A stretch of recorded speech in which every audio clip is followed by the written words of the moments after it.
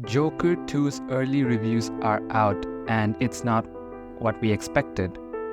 Of course, now seeing the first movie, the success of the first movie, and how well the first movie was received by audiences, we all trusted the director Todd Phillips, and we knew whatever he makes for the second movie would somehow resemble the first movie in a way, and we would enjoy just this amazing acting and brutal character development of Arthur Morgan, aka Joker. But what we did not expect was the film to actually have negative or bad reviews in its early showcase. Now, when I say early showcase, I mean really early, because this movie is still like a full month away, and they literally showed this to people a month in prior, hoping that everybody would love it and they would give them an amazing score. But that's not what happened.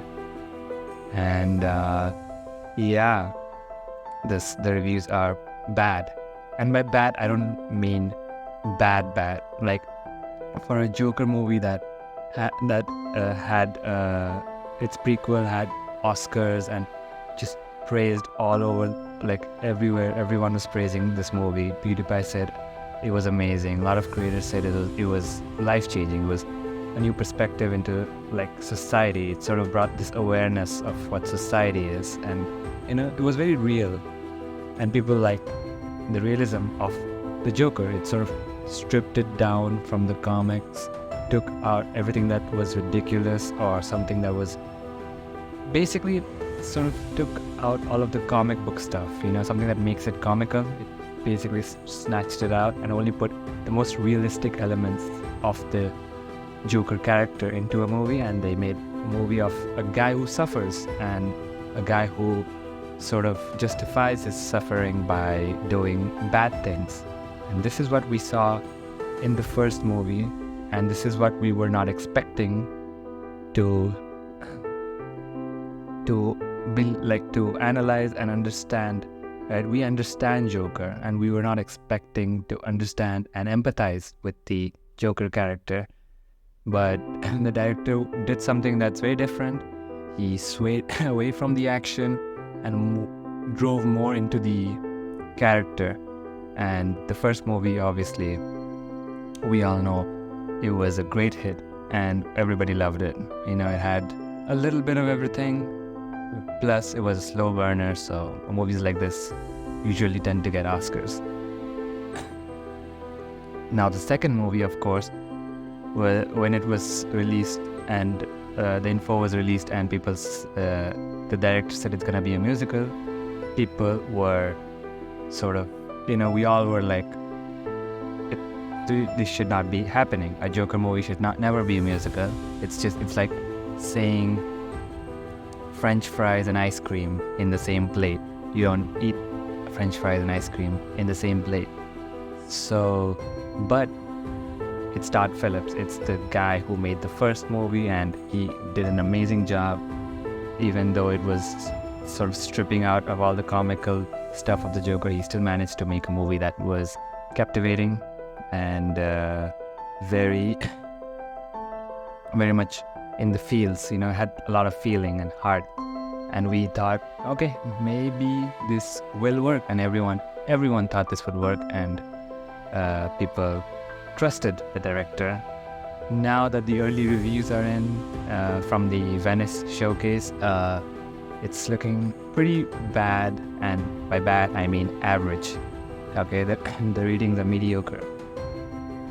And a Joker movie getting mediocre reviews is basically considered to be bad, because a Joker movie of this caliber with its prequel and it's got a big shoulder, it has to carry a lot on its back from the prequel. So it has to get 80 plus Rotten Tomatoes, 90 plus Rotten Tomatoes.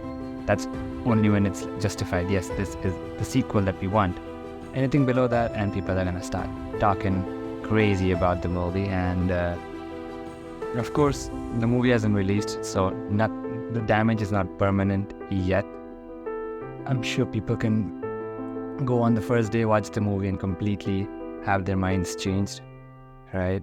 It might just be a movie that critics don't like it, but the audiences, when the mass people watch it, they will all have a different and more better opinion of the movie. Now, we never know that, right?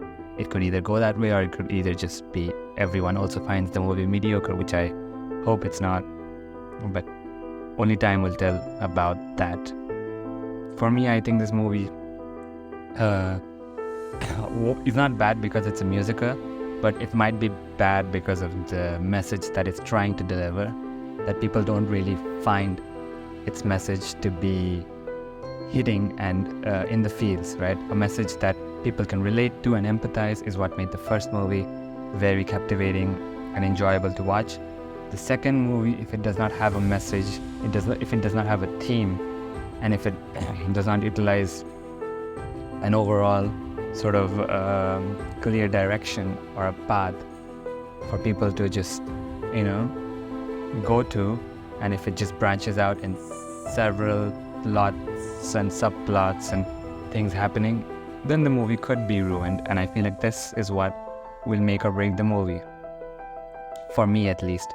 If this movie has a strong plot that deals with one overall idea, right? It can be as complex or as simple, but it has to be hitting hard enough for us to go, wow, it just make us go, wow. If it does not have any of that, this just becomes a movie of two crazy people escaping an asylum and falling in love. Now, I don't want it to be that. I hope it's not that, but only time will tell. And fingers crossed. I really hope this movie is good and it lives up to the hype, and that these critics are just calling it average because they, for some reason, don't want it to succeed, or they just don't like the message that the movie is trying to tell.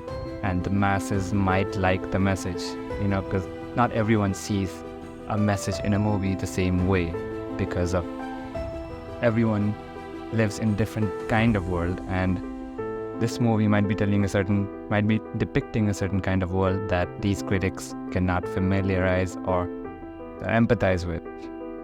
So we'll see when the movie comes out and how well this movie does, or how badly this movie does. But I will not conclude right now that the movie is bad. I still have hopes for the movie. See you guys.